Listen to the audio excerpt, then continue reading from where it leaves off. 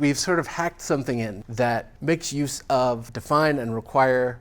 We're able to kind of understand that we have this thing called the resolver. We haven't used the resolver yet, but we've created our own module. So there's a missing piece of the puzzle here, right? So I've taught you some foundational concepts that are part of the glue that holds Ember together. The way you typically interact with these things, with the container and the resolver, is via initializers. And initializers are a really, really cool idea for breaking your app's boot process up into little modular chunks.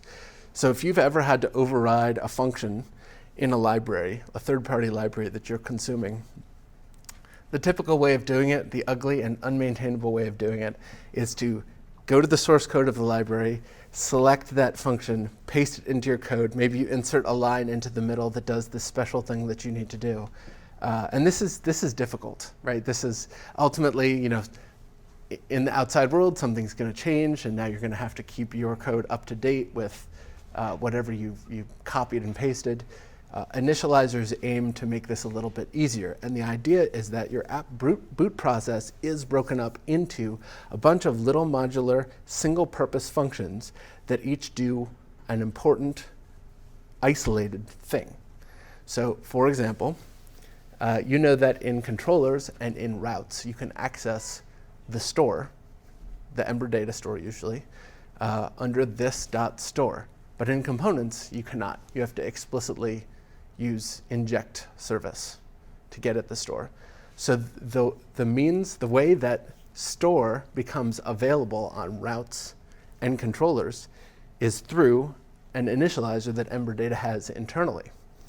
So the advantage here, the way it helps get us away from copying, pasting with our little modification, is when you have a chain of things that happen, initializers give us the ability to insert our own logic into the middle of that chain somewhere, to have a little modular piece that plays out in a particular spot in that boot process. So in terms of what belongs in these things, you have to think about it as being like setup and constructor logic, meaning you're usually initializing a value or placing something somewhere. You do not want to be doing much that relies on your app being fully set up and fully constructed. In initializers, this is actually, you don't necessarily have a store, you don't have a container, unless you are very clever about the way in which you order things. You might be able to find a way to get your initializer to run last, and some of the previous work has been done and you might get lucky, but in general, you don't want to depend on the app being fully assembled yet.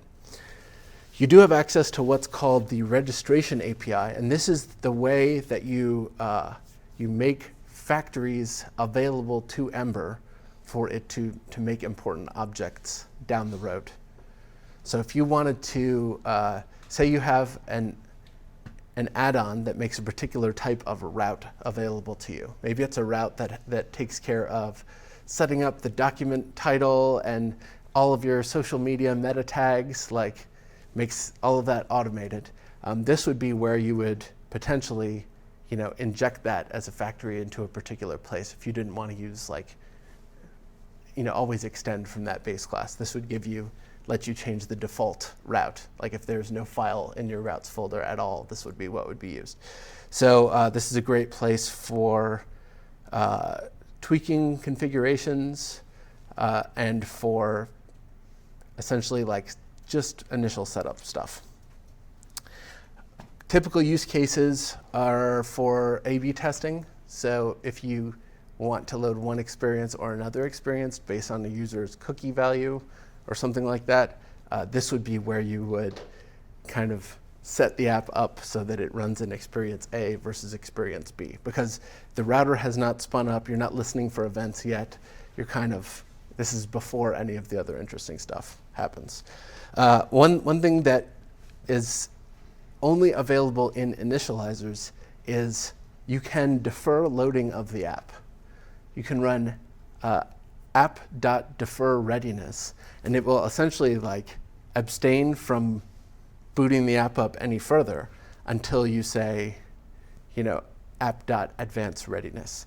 The use case here would be if you're listening for a successful load of some script tag or something like that. You might want to hold off on having things painted on the screen for some period of time. One case where I've used this personally is if your app lives behind a single sign-on service of some sort. And we had an app like this at Yahoo, where basically as soon as a user entered, the assumption was that they're authenticated. And the first API request they're going to make is it's either going to get rejected or it's going to be successful. There was no login, logout logic. It was sort of just redirect them through a separate app that would drop a cookie in just the right spot. So in this case, what we would do is we would basically ping our API on a very cheap endpoint that wouldn't actually load anything from a database or anything. It would just verify that the cookie was there, that it was signed by that server. It was like a first pass at validating that this was an authorized person using the site. So we would end up doing that, and that would allow us to sort of avoid the experience of whenever someone needed to re-log in, rendering the app, throwing up an error screen saying you're unauthorized. Sometimes you're adding several seconds to the loop of refreshing those credentials. So this is where you might want to defer an advanced readiness. If there's some little check you want to do before your app really fully boots up.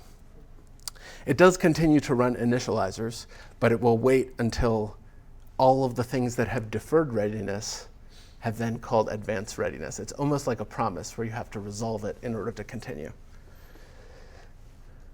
So initializers are a queue. If you generate an initializer using Ember CLI, you will see something that looks kind of like this. I've filled in some additional options to illustrate stuff you can do. But you'll see there are two exports. One is an object that has, in this case, three things. It names the initializer. You can specify a before or an after, which will determine the ordering of initializers. So say you wanted to do something, but you want to make sure that it happens after Ember data has overridden the base concept of Ember's store and replaced it with an Ember data store. This would be where you would say, make sure my initializer is run after this other initializer. And then finally, the last thing you pass in is initialize. And in this case, initialize's value is going to be a function. We export this function by itself as well, because this makes it much easier to test, because then we can just test the function. We don't need to really test the object here, because we don't necessarily need to test all of the initializers at once in a unit test. That is not testing in isolation. So we really just want to run that function on an app instance and to make sure that it looks like it's doing what it's supposed to do. So this is a common pattern you'll see me use in a couple places today, where I am explicitly exporting things to make my testing life easier.